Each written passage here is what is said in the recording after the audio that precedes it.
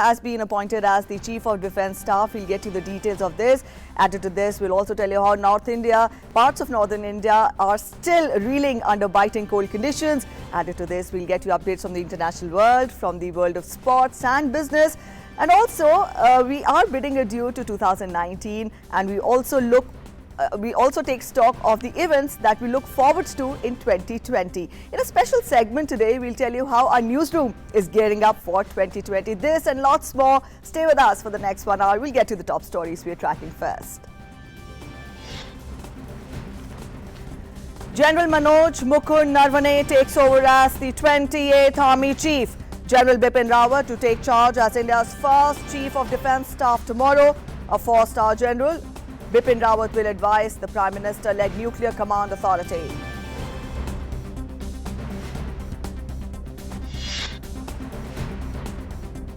Cold wave conditions continue in northern India. Delhiites get little respite from bone-chilling weather after Monday's record-breaking cold.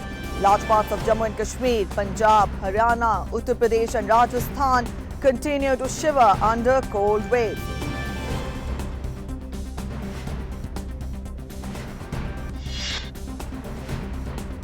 Four-member team of Bharatiya Janata Party is visiting the hospital in Kota to interact with doctors and know what led to the death of infants at the hospital. Delegation comprising of 4 BJP MPs will meet the families of the children and interact with hospital staff before submitting its report to the party leadership within 3 days.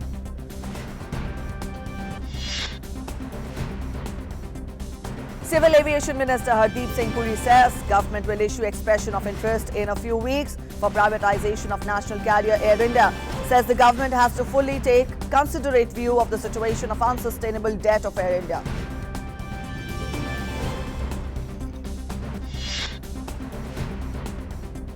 And in sports, Indian Olympics Association confirms India's participation in the 2022 Commonwealth Games. IOA also decides to bid to host 2026 and 2030 Commonwealth Games in India. An Indian cricket team captain Virat Kohli ends 2019 as the top-ranked Test batsman in ICC Batsmen's Rankings. Team India finishes year 2019 as the leaders in the ICC Test Championship with 360 points, with 7 wins from as many matches, whopping 104 points ahead of the second place, Australia. And people across the world gear up to bid adieu to 2019 and welcome New Year 2020. Markets decked out with lights and decoration. Tourist destinations receive huge crowds on the occasion.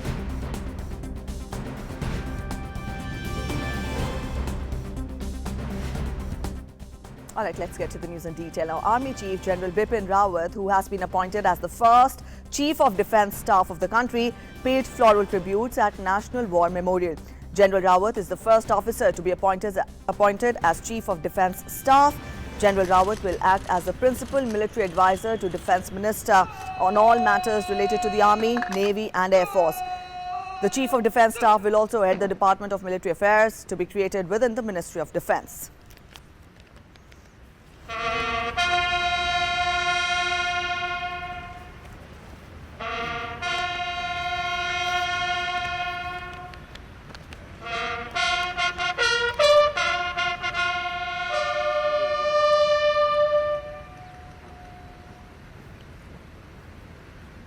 And addressing media persons, General Bipin Rawat said that today, as he demits the office of the Chief of Army Staff, he conveyed his gratitude to the soldiers, rank and file of Indian Army who have stood steadfast under challenging circumstances.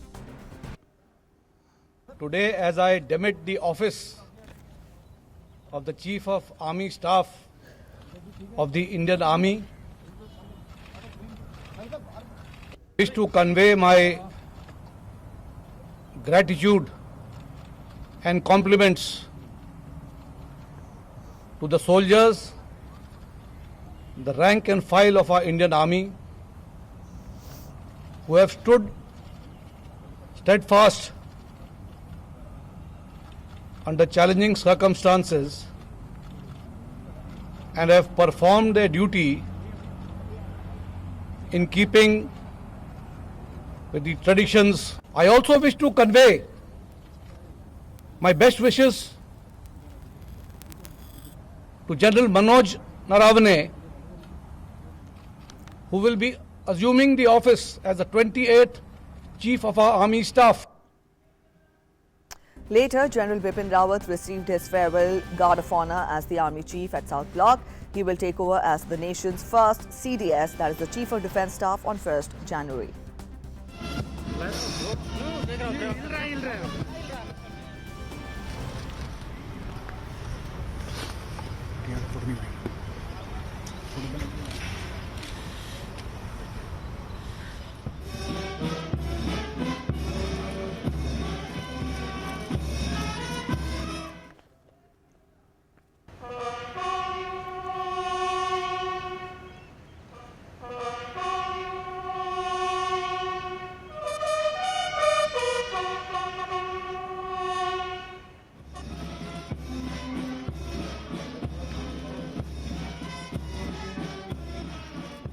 India's first Chief of Defence Staff, or the CDS, General Bipin Rawat, has been appointed. With this appointment, the government has fulfilled a long-standing need for fortifying the nation's defence in sync with modern challenges. The CDS will have a maximum term of 3 years or on completing the age of 65 years, whichever is earlier. The CDS will be a 4-star general as other service chiefs. CDS will be the single-point military advisor to the government and coordinate the working of the 3 services. The CDS will also function as the military advisor to the PM-led Nuclear Command Authority and have direct command of tri-service organizations to handle the new warfare domains of space and cyberspace. CDS will ensure integration of land, air, sea operations through the setting up of theatre commands. Although the idea of creating an overarching architecture to coordinate between the 3 services is quite old, it gained momentum in the aftermath of the Kargil conflict in 1999. Several committees after this war recommended an institution to coordinate the operations of 3 services, and hence emerged the idea of CDS. With the modern warfare challenges of cyber and space warfare, the institution of CDS became absolutely necessary. With the appointment of General Bipin Rawat, the CDS has got a glorious start. Bureau Report, DD News. All right, up next, let's take a quick look at what will be the roles and responsibilities of the Chief of Defence Staff and also what led to the necessity of creating this post. He will be the single-point military advisor to the government. General Bipin Rawat has been appointed as the first Chief of Defence Staff. The CDS will also head the Department of Military Affairs, which will be created within the Ministry of Defence. Added to this, the CDS will facilitate the restructuring of military commands for optimal utilization of resources. And also that would mean injecting the required synergy in planning, procurements, training and logistics, and also among the Army, Navy and Indian Air Force. With that, he will also direct the service chiefs of the Army, Navy and the Air Force. So he will be the Chief of Defence Staff. The Defence Staff put together, he will bring about jointness and ensure optimal utilization of infrastructure in the 3 services. And also when we talk of the tri-services agencies, organizations and commands relating to cyber and space will be under the command of the Chief of Defence Staff, and he will also function as the military advisor to the Nuclear Command Authority. When we talk of the need for the necessity for creation of the job, it was the Kargil Review Committee in 1999 which suggested that we need to have a Chief of the Defence Staff when they took stock of the war, and also after that, following the recommendations, the group of ministers proposed the creation of the CDS in 2001. So this was the initiation point for the post of Chief of Defence Staff, and the creation process was set in motion with Prime Minister's announcement on August 15th this year, wherein he said that we will have the post of the CDS. And as we tell you, General Bipin Rawat will serve as the Chief of Defence Staff till March 2022. So more or less, this was a gist of what all will be the roles and responsibilities of the Chief of Defence Staff. Up next, let's talk more about it with a guest in the studio. We're joined in by Lieutenant General Retired Sanjay Kulkarni. He is defence expert. Thank you so much, sir, for joining us this afternoon on Midday Prime.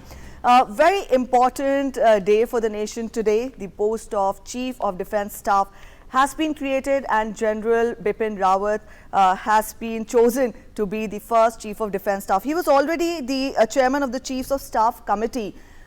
For our viewers, very quickly explain to us what is the difference between the two posts, sir.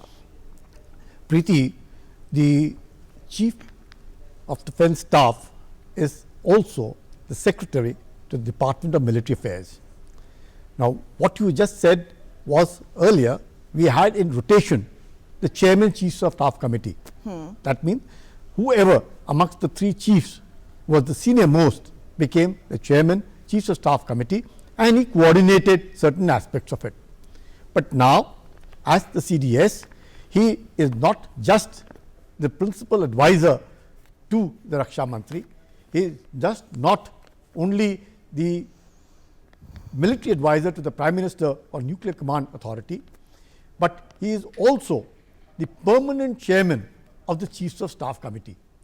Now, that means none of the three chiefs now would be as the Chiefs of Staff Committee, but the permanent chairman of the Chiefs of Staff Committee would be the responsibility of the CDS.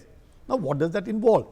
Now, that involves his entire, all the three services, as you rightly brought out, coordinating between the three services.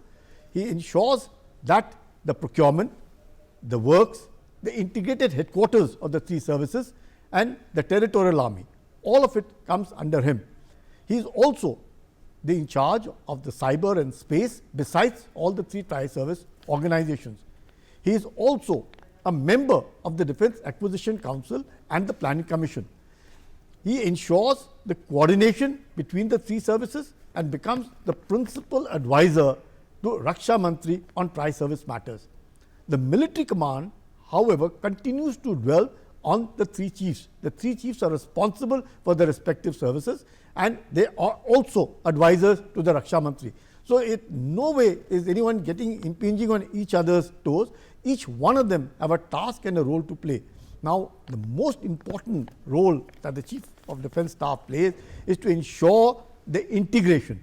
Once the three services are integrated properly, the jointness follows. So, the synergy that is required amongst the three services becomes the responsibility of the CDS, and above all, he ensures there is no duplication, there is no wasteful expenditure, he gets bang for the buck, and he looks at it that the services are prepared to take on challenges under the whatever be it here and hereinafter, that any challenge to synergize and to be able to use the resources available, you have the CDS to ensure that they execute it, and he is a single point advisor to the government on all matters military. So, this jointness and synergy which you are talking about, this was highlighted during the Kargil war. Now, let's talk about in today's era of hybrid warfare, how important is this jointness and the joint cooperation as a bedrock for modern warfare? See, the modern warfare, when we talk of, it is just not the conventional warfare we are referring to. We refer to warfare in all kinds of domain and in a hybrid circumstances. It could be resulting within, outside, wherever. And to be able to cope up with this kind of a scenario under the modern needs, where is the requirement? The cyber, the space, the conventional, the special forces, all of them have to be utilized to be able to ensure that victory is there at all time. So, in a circumstances where we are looking at hybrid, wherein you see all kinds of CI ops that we are into, or anything that pertaining to the neighbors that we are involved in, the synergy that is required to be able to deliver at the point of impact, it can be done best, none better than the CDS coordinating the three services to be able to deliver and to be able to get, as I keep saying, bang for the buck and enhance operational capability. Yes, and also after P5 countries, when we have a Chief of Defence Staff, it also gives out a message to the entire world of this joint cooperation between the Indian forces, and that indeed is important, isn't it? See, now let's take as an example, when you have a CDS is directing a particular or has said that this is what would be done, he has taken the concurrence and consent of all the three chiefs. He knows exactly what is supposed to be done, and the thing is being executed. you can well imagine the message that goes to the adversary, that there is nothing which is independent, nothing as independent silos that people are working. It's absolutely a synergized operations directed against a particular adversary for whatever the reason it may be, and therefore you can just see, first and foremost, it's a strategic deterrence. You've conveyed to your adversaries that, look, don't mess around, everyone's on board. There's none who's not on board, and so you cannot be able to divide and rule. Hence, the need is always to synergize the three services, and none better than the CDS. And at this point of time, when almost 70 countries in the world have some form or the other as a CDS, there was a need felt for a long time, as you rightly brought out, ever since the Kargil Review Committee, the Naresh Chandra Committee, the Shekatkar Committee, all of them have felt the need of it. And today we have, I think it's an absolute historic occasion. It conveys that yes, the nation stands united, the nation will be able to deliver, and none better than a one-point contact on all matters military, that's the CDS. All right, sir. Now, with this post, it means that now the three services will merge their regional commands into a joint theatre, which means that the theatre commanders will report to the CDS, and through him, they will take forward, they will report to the Raksha Mantri. Now, do you think that it will somewhere have a bearing on the operational responsibility of the three individual service chiefs? See, let me. Though there is no interference in the three individual forces within the working of the three individual service chiefs. I'll just clarify, Preeti. The three services chiefs are independent. He is a 4-star general. He's the one amongst the equals. He is number one. That there is no doubt. He does not in any case interfere with the military command of the three services. The three services are independent. They are nothing to do. He does not exercise command from the point of view as one is looking at it, or there will be interference or going, none whatsoever. He is responsible as a principal advisor to Raksha Mantri on tri-service affairs. Each of the services are responsible for their respective service, and therefore I see no reason that there would be any interference, would either the CDS interfering with either of the three services, or the three services would be the three services would in fact be a beneficiary of the advice that would follow, the synergy that would be done, and the coordination that the CDS headquarters would be responsible to ensure. I don't find any reason, any way where the three service chiefs would feel that there is someone interfering to theirs. There is no way. The military command of the three service chiefs is absolutely independent, and that is what is the beauty of this appointment of CDS. All right, you're talking about the duties of the CDS. Very quickly, let's talk about what next for General Bipin Rawat when he assumes charge as the first Chief of Defence Staff tomorrow. What challenges and what roles and responsibilities from here on? See, first and foremost, since he's been the Chief of Army Staff for 3 years, he had set in motion certain things. He always looked at it, how to make the service lean and mean, how best to get bang for the buck, how to ensure that there is synergy between the three services to be able to deliver, how best to be able to prepare ourselves for the modern warfare, how does he ensure that the three services are beneficiaries of common infrastructure, common logistics, common communication, common repairs, and how best does he how does he ensure that the theatre commands, which are responsible, there are 17 of them, how best does he get to? To begin with, yes, we have the Strategic Forces Command, we have the Andaman Command, so we have certain instruments already in place. How does he get to do that? How else does he begin with a vision that he looks at it from the point of view of being able to synergize? Most important, the trust factor. How does he carry the team along? That is where he would be looking at it, that he carries the team along, he becomes a fantastic person between the government and the services, and above all, he sees, everybody looks up to him as someone like, yes, he's the man who will ensure we get everything. He will ensure that we get the bang for the buck. He ensures that there is synergy between the three services. He will ensure that whatever the government wants, it will be delivered without any fear and without any even hesitation. And this is where the CDS comes as the most important appointment today, where all matters military rest with the Secretary, Department of Military Affairs, headed by the CDS. Indeed, this is historic, and also when General Bipin Rawat takes charge as the first Chief of Defence Staff tomorrow. Thank you so much, sir, for joining us on Midday Prime this afternoon and analysing this for us. Up next from here, we'll take you to the press conference, which is being given by Minister for Donor, Dr. Jitendra Singh, in the national capital. Because the rover and the lander are already there, so we'll be cutting on the cost. So I think, and as I also said in the parliament, that we should not describe it as a kind of a setback, because in the entire world history of space technology, there has not been a single country which could achieve soft landing in less than 2 attempts on the moon. In fact, a country like USA achieved it only after 6th or 7th attempt, though we would not wait till then. We have learned from the experience of the other countries. But what is appreciable is that a country like India, we started its space journey many decades after Soviet Union and after United States, when we were still singing nursery rhymes of Chanda Mama, as I said in the parliament, and they were landing on the moon. So we were, we came in so late, and in spite of that, so first absolute soft landing has not happened in case of any country, and this was our first endeavor. But the positive part of it is that the inputs and the pictures that we are receiving from Mangalyaan and other missions are now being procured by NASA. So that is the level of our scientific research and scientific inferences that we are trying. And the level of our space technology academia is so high that we have a space institute in Thiruvananthapuram, where the selection is run through this IIT JEE, the common exam.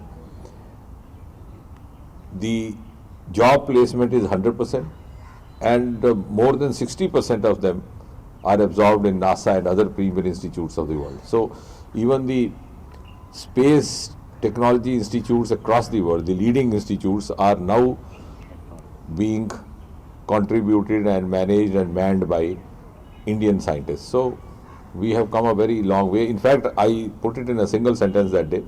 I said, if everybody says that India is going to be a superpower of Vishwamurti, the journey has started, and the ascent to become the superpower has happened through the medium of space technology. So in space technology, we are already a frontline nation in the world community. Sir, did you say there will be lander? Because there will be a lander as well in Japan? Lander and... Yeah. They are there, no, so they will cut on the cost. Sir, one more question. This one is about the Gaganyaan thing. As the Indian astronauts have been doing it. So, what is the progress on that? And as per the initial schedule of ISRO, that the first unmanned test flight of Gaganyaan carrying a humanoid is supposed to be launched this year, December.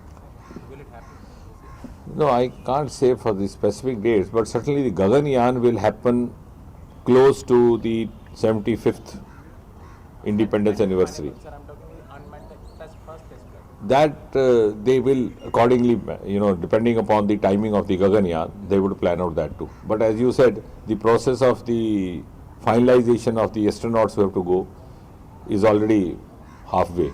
They have shortlisted a few of them. All right, so that was MOS for Department of Space, Dr. Jitendra Singh addressing media persons in the national capital. The press conference is still in progress. We'll get to the highlights of that and the bulletins that follow. Up next, we'll get to other news. Lieutenant General Manoj Mukund Narvane has taken charge as the 28th Chief of Army Staff today, succeeding General Bipin Rawat. Before taking charge as the Vice Chief of the Army Staff in September, Lieutenant General Narvane was heading the Eastern Command of the Army, which takes care of India's nearly 4,000-kilometer long border with China. A highly decorated officer, Lieutenant General Narvane, has served in numerous command and staff appointments in peace, field and highly active counter-insurgency environments in Jammu and Kashmir and the Northeast. He has also commanded a Rashtriya Rifles Battalion in Jammu and Kashmir and an infantry brigade on the Eastern Front. He was also part of the Indian peacekeeping force in Sri Lanka and had served as India's defence attaché at the Indian Embassy in Myanmar for 3 years.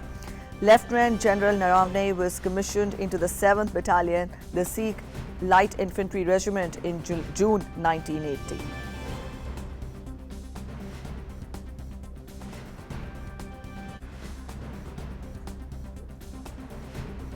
And post-recording the coldest day in over a century, Delhiites had some respite as there was marginal improvement in the minimum temperature, which was recorded at 4.8 degrees Celsius. The severe cold wave conditions have caused delay and cancellation of trains and flight services. Now, according to the forecast, these conditions will prevail in the coming days. To save themselves from frosty winters of the capital, many people have taken shelter in Ran Baseras, a refuge for the homeless. At the shelter homes, the government made several arrangements to facilitate the public.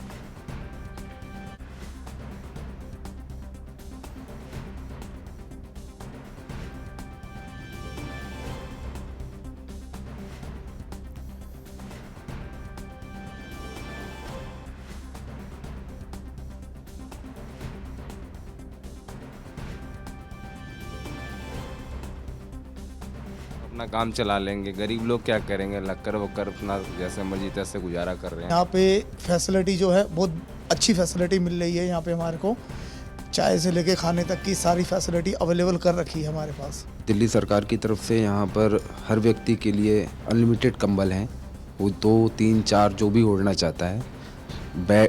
गद्दे हैं, चादर है, pillow है, और कोई बीमार होता है तो 102 कॉल करके हम लोग एम्बुलेंस से हॉस्पिटलाइज करते हैं उसको। फर्स्ट एड बॉक्स मिलेगा आपको हर जगह, हर शेल्टर में। While there have been improvements in the unabated cold wave conditions, they still continue to sweep North India. Srinagar too witnessed improvement in minimum temperature. The minimum temperature was recorded at minus 3.2 degrees Celsius last night, up over 3 degrees from minus 6.5 degrees Celsius the previous night. The Met Department has predicted snowfall in the valley on the New Year's Day.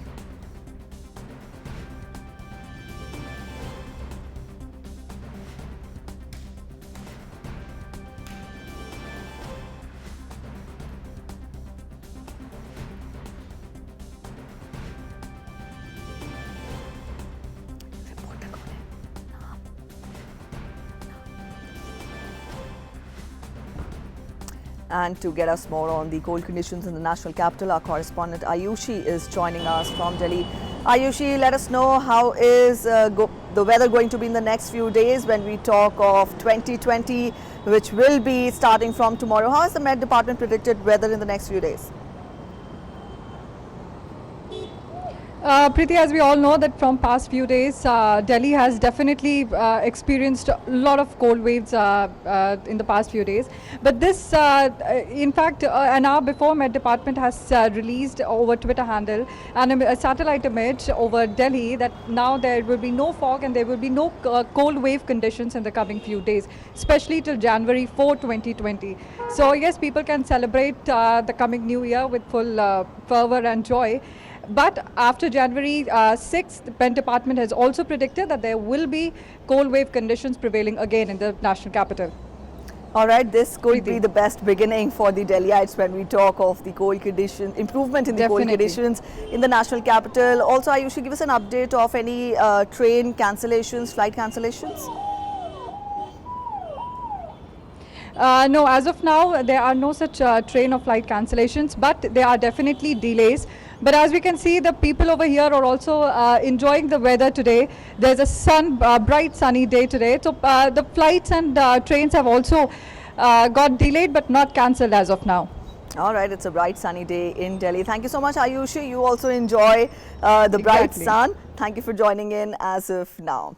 All right, a committee comprising of 4 MPs set up by the BJP working president JP Nadda to look into the alarming number of infant deaths at a hospital in Kota will visit the JK Lone Hospital today. The panel, which includes Lok Sabha MPs just called Meena, Loket Chatterjee and Bharti Pawar, and Rajya Sabha MP Kanta Kardam, has been asked to submit its report within 3 days. The team members were highly critical of the conditions in the hospital and also found the facilities below par there. गंभीर वहाँ स्थिति है कि बच्चे इतनी गंभीर हालत में हैं और एक एक बेड पर कई बच्चे हैं वहाँ पर कि बच्चे हैं और तड़प रहे हैं, वहाँ पर है, कोई सुविधा नहीं है, ढंग से कोई उपचार नहीं है, किसी तरह से भी है, और बहुत गंदगी है वहाँ पर। तो जो यहाँ की राजस्थान की जो सरकार है, उन्होंने इस बात को कभी संज्ञान में लिया नहीं, वहाँ देखा नहीं है। 24 घंटे में 12 बच्चों की मृत्यु होना, तो ये बहुत बड़ी बात है। 77 बच्चे अभी में ही दिसंबर में ये ख़त्म हुए हैं, और लगातार इससे ऐसी स्थिति बनी हुई है। बहुत ही मतलब गंभीर मामला है, बहुत ही ज़्यादा है। Earlier, Lok Sabha Speaker Om Birla, who is an MP from Kota, had on Sunday expressed concern with the death of infants and urged the state government to act with sensitivity.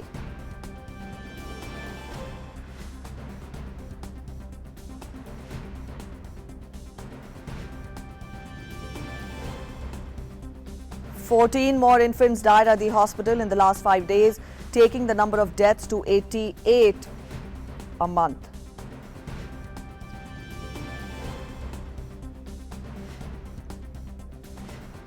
And up next, we'll take a look at what's making news across the globe.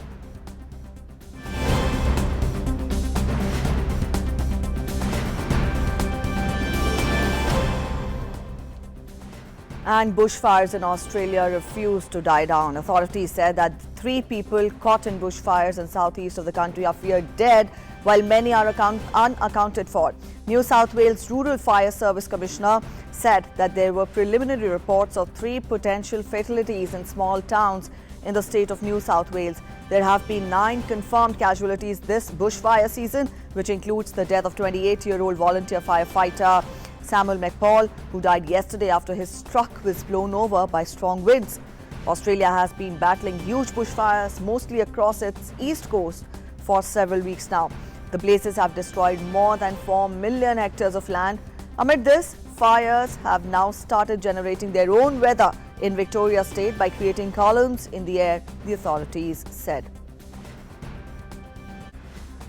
And elephants with mural paintings over their bodies, nail polish on their nails and tippy toes participated in the beauty pageant held in southwest Nepal in the 16th edition of Elephant Festival. 5 elephants participated in the competition that took place in Sauraha, that is a tourism hub in southwest Nepal's Chitwan district. The elephant who wins the show gets a treat of delicious food such as sugarcane, bananas, papaya and other varieties, whereas the owner of the elephant is awarded a cash reward. Up next, we'll get you updates from the world of sports.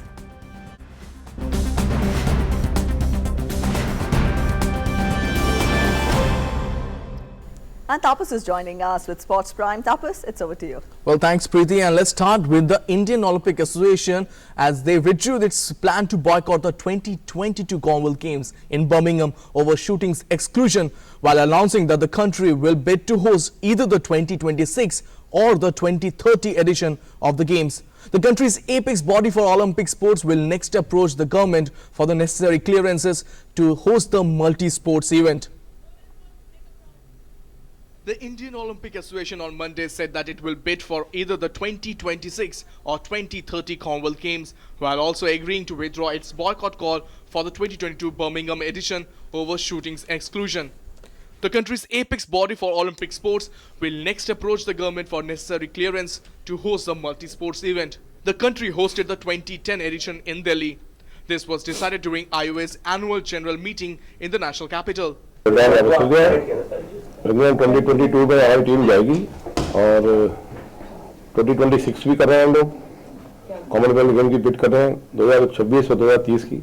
The IOA also approved the National Rifle Association of India's proposal to host a separate Commonwealth Shooting Championship before the main games in Birmingham, hoping to make up for the sports withdrawal from the roster of 2022 edition. We will be sending requests to them for archery and shooting both. It's not only going to be shooting.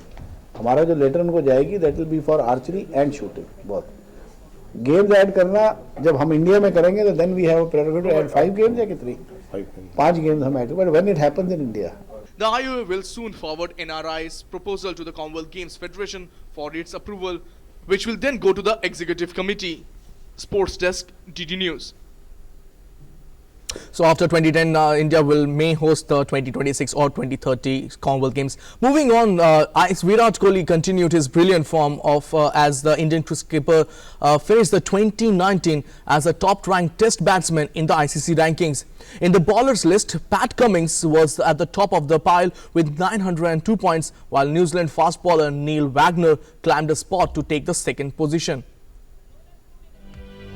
Indian captain Virat Kohli has finished as #1 batsman in the International Cricket Council ranking for Test batsmen for the second successive year. With 928 points, Kohli has ended 2019 as the numero uno in Test cricket. Australia's star batsman Steve Smith finishes behind Kohli at the second spot with 911 points. Notably, Smith had risen to the #1 spot after a stunning run in 2019 Ashes, which was also his comeback series after spending a year away due to ball tampering ban. Smith had scored 774 runs at a staggering average of 110.57 in 4 matches in England, during which he dethroned Virat Kohli. However, Kohli replaced Smith as the #1 Test batsman after his good run in the home series against South Africa and Bangladesh earlier this year. Meanwhile, 3 Indians including Virat Kohli has finished the year among the top 10 in the ICC Test rankings, while Cheteshwar Pujara has dropped a place to 5th, Vice captain Ajinkya Rahane has finished the year at the 7th spot. Australia's fast bowler Pat Cummins finished at the top of the bowlers list with a 5-wicket haul in the first innings in Melbourne. He occupied the top place for 321 days during the year, while South Africa's fast bowler Kagiso Rabada was #1 for 44 days after starting 2019 in top position. Sports Desk, DD News.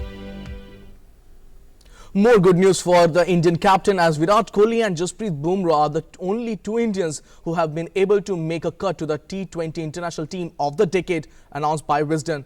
Surprisingly, the team led by Australia's Aaron Finch doesn't have either MS Dhoni or Rohit Sharma.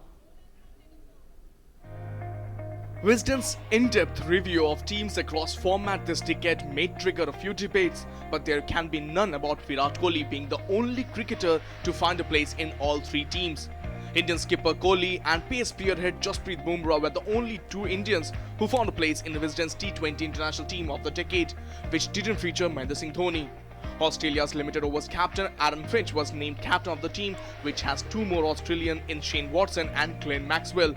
2 England cricketers Jos Buttler and David Willey, and 2 Afghanistan all-rounders Mohammad Nami and Rashid Khan, and New Zealand's Colin Munro and Sri Lanka's Lasith Malinga.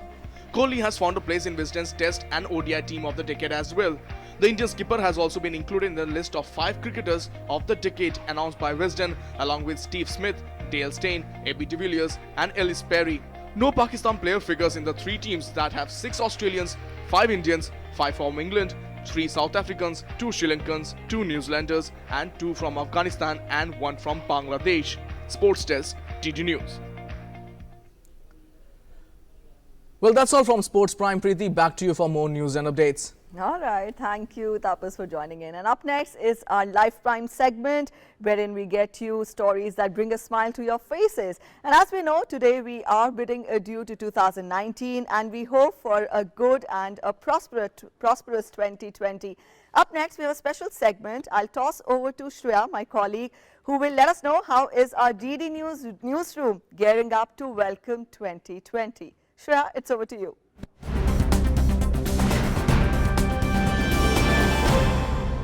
Well, hello and welcome. Well, it is that time of the year again when we are bidding goodbye to an old year and entering a new year. We're bidding goodbye to 2019.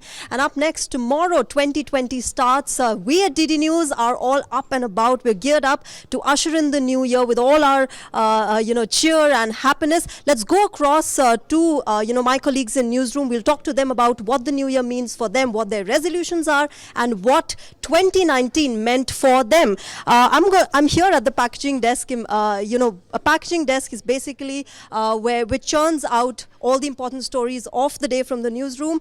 And I'm joined here by Mr. Mark Lynn, who's one of the senior most anchors here at DD News. Mark, sir, it's New Year. We're ushering in 2020. But if I ask you about 2019, there was so much happening across the world, especially in India. We had the Lok Sabha elections. There was the World Cup. There's the most recent, the Citizenship Amendment Act.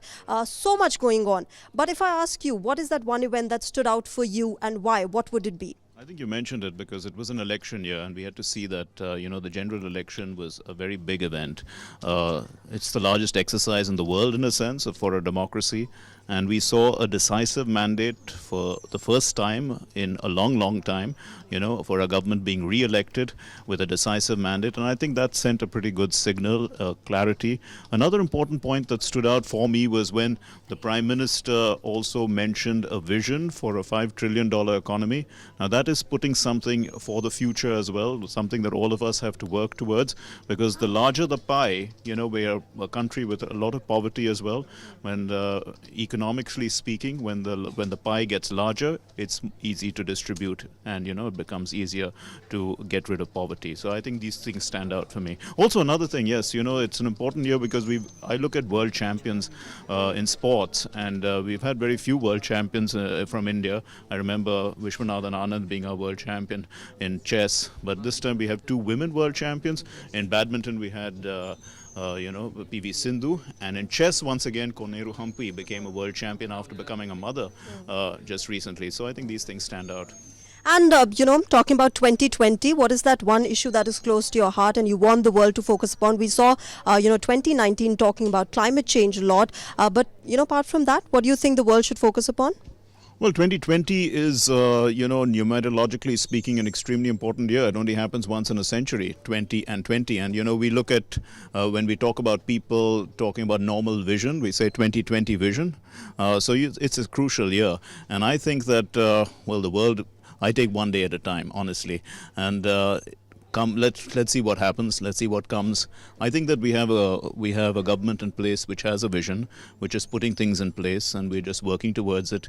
2020 was a time in which our former president wanted our country to become an advanced country. In fact, he'd written a book hoping that India would be an advanced country by 2020. APJ Abdul Kalam. So I think that these are kind of visions that all Indians are aspirational and they should be working towards. I think that's an important vision to look forward to in 2020.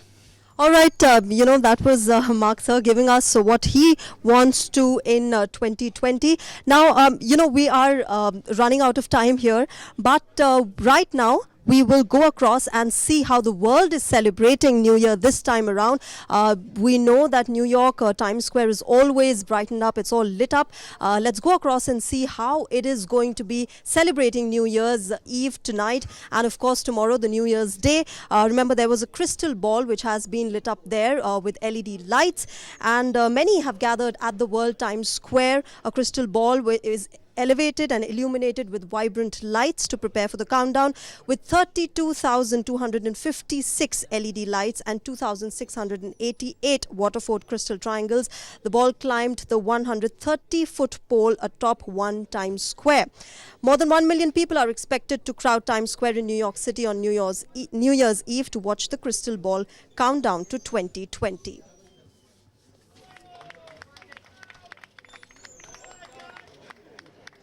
And moving on to Berlin, well, preparation for the New Year celebrations have also begun in Germany. Berlin prepared to host a big party at the Brandenburg Gate amid a fireworks ban.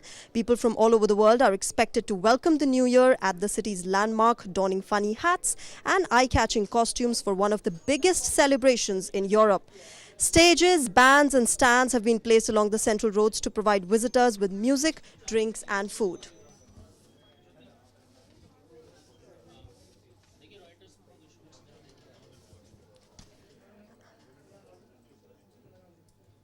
And on to Brazil, where the New Year fever is running high in Rio de Janeiro. People have already started gathering and Copacabana beach to light up under a shower of fireworks to ring in 2020. One of the city's biggest attractions for New Year. Copacabana, it will be the center of the festivities and is expected to host more than 2 million people who will be treated to a 15-minute fireworks display, timed to music as they dance in the stand.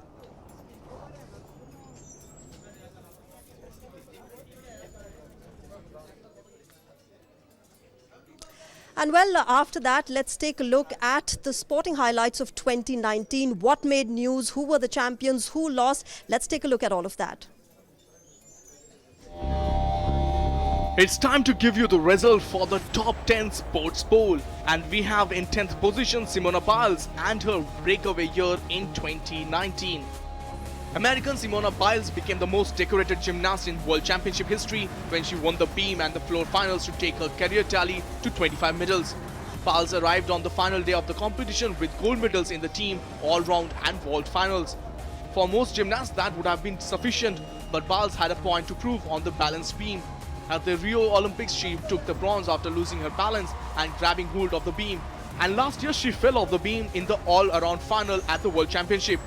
No matter, this time Biles produced one of the greatest beam routines of her career, taking gold and not a single wobble. The most remarkable part of her enduring success is that after 25 medals, 19 of them gold, she is only getting better.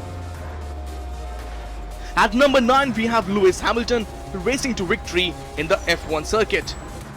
The 2019 Formula 1 season has its share of highs and lows. Mercedes dominated the show with their twin pair of drivers Lewis Hamilton and Valtteri Bottas winning the first 9 races of the season. Lewis Hamilton finished the season with 11 wins, while teammate Bottas bagged 4 champagne bottles to make it a year to remember for the Silver Arrow team. Max Verstappen came third with top 3 finishes on the podium.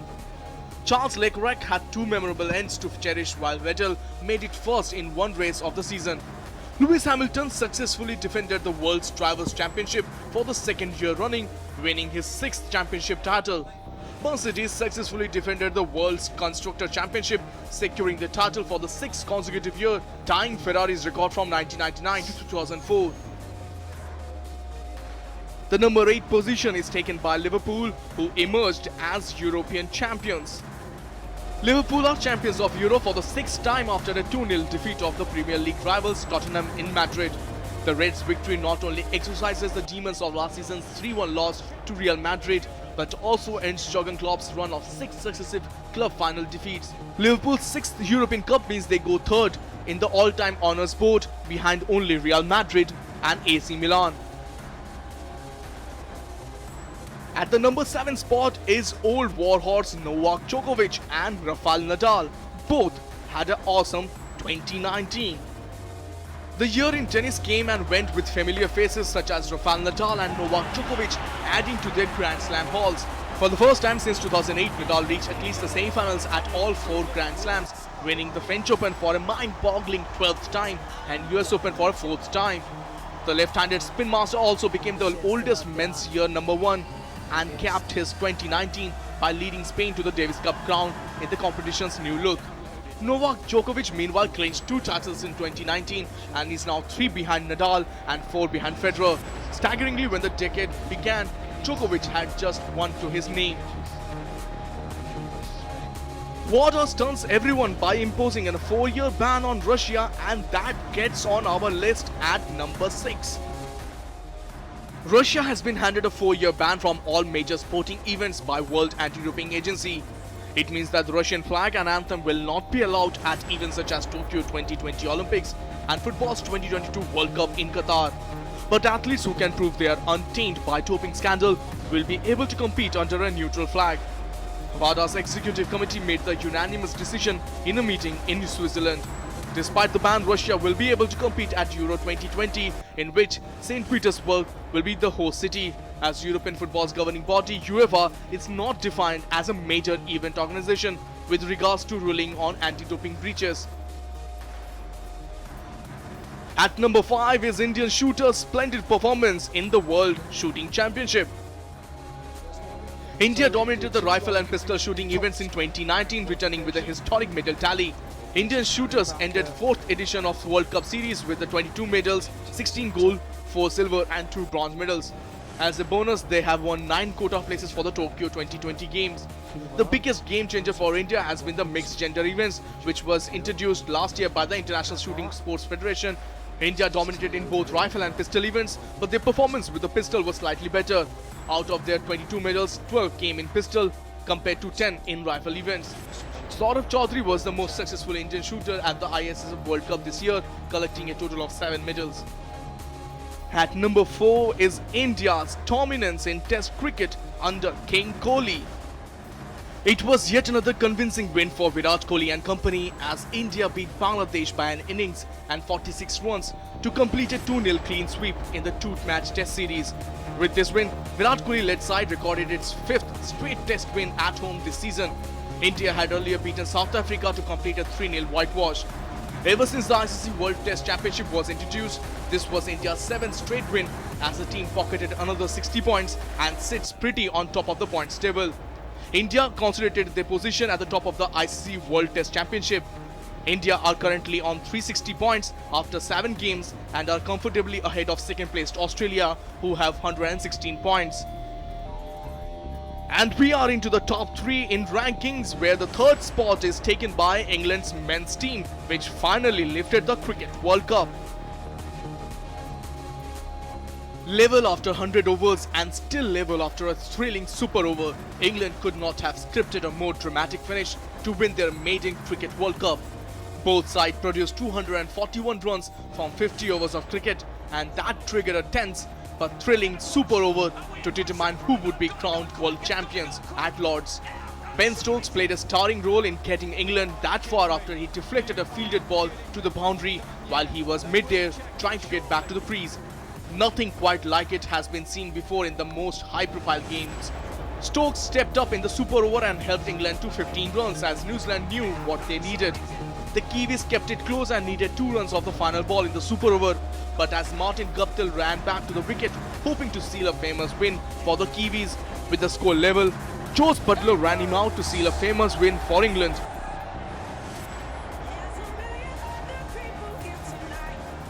The second spot goes to the launch of the path-breaking initiative by Prime Minister Narendra Modi through Fit India movement. Prime Minister Narendra Modi launched the Fit India movement on the occasion of National Sports Day at the Indira Gandhi Indoor Stadium in New Delhi.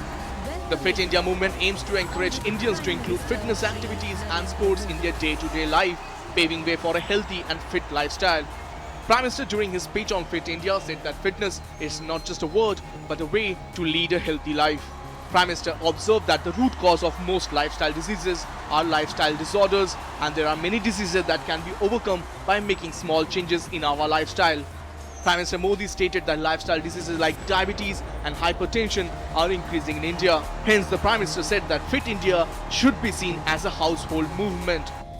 And it's Dadagiri which comes at the top of the poll. Sourav Ganguly's elevation as BCCI president gets the top spot in the poll.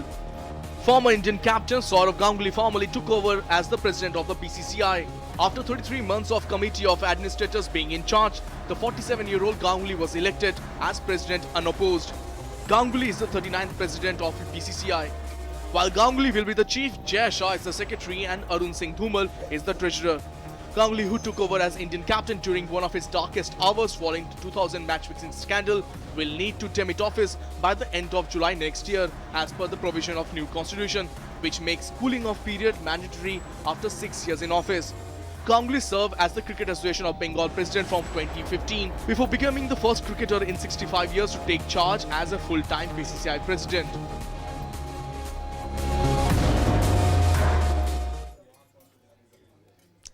And well, after that, let's switch to entertainment. 2020 is going to be lined up with some very interesting Hollywood movies, whether it is James Bond or the sequel to Top Gun. We all remember, of course, Tom Cruise in the older version of Top Gun, and of course, a lot of excitement around that. And if we look at, 2019, there was some stellar performances, stellar movies that dominated the Hindi film industry and, of course, the Indian film industry in general, whether it was movies like Uri or Andhadhun, which swept away national awards, and of course the Gujarati celebrated film Helaro. Now this is how we're going to end the midday prime today, which is of course the last of this year, but we will see you next year as well. That is tomorrow. But we leave you with this image and the music of Helaro, a celebrated film. Also, as I said, won the National Film Award. There's just a few hours left for the new year, but I'll take the liberty of wishing all our viewers from Preeti, I and all of the DD News family here a very happy new year. Stay safe and have a very good New Year's Eve.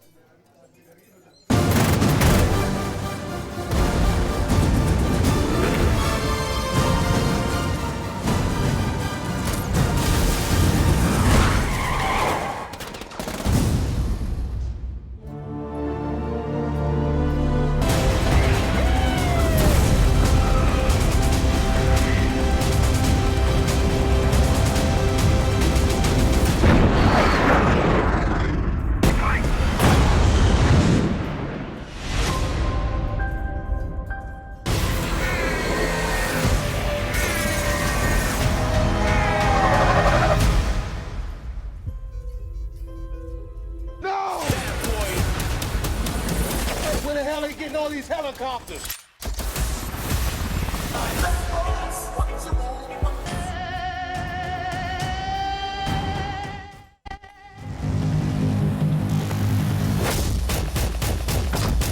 Best इससे पहले वो कुछ और करे। छोटे में को लगा था रैप का बहुत शौक है करके। इसको रैप बोलते हैं। ये देख मेरी गाड़ी, मेरे जूते, ये देख दारू, छोकरी। सफीना, तुम्हें कुकिंग आती है? नहीं, लेकिन अगर सब कुछ सही रहा एक दिन मैं आपका लिवर ट्रांसप्लांट कर सकती हूँ। हाँ मेरा भाई हालत ऐसी कि जो मिलेगा नोच खाएंगे। बीट चुरा के फिर उसी भूख की कहानी बना के बोले फिर जाके कुछ उखाड़े। मंजरी आले प्रसाद आज 3रा महीनो सुरू कर्यो।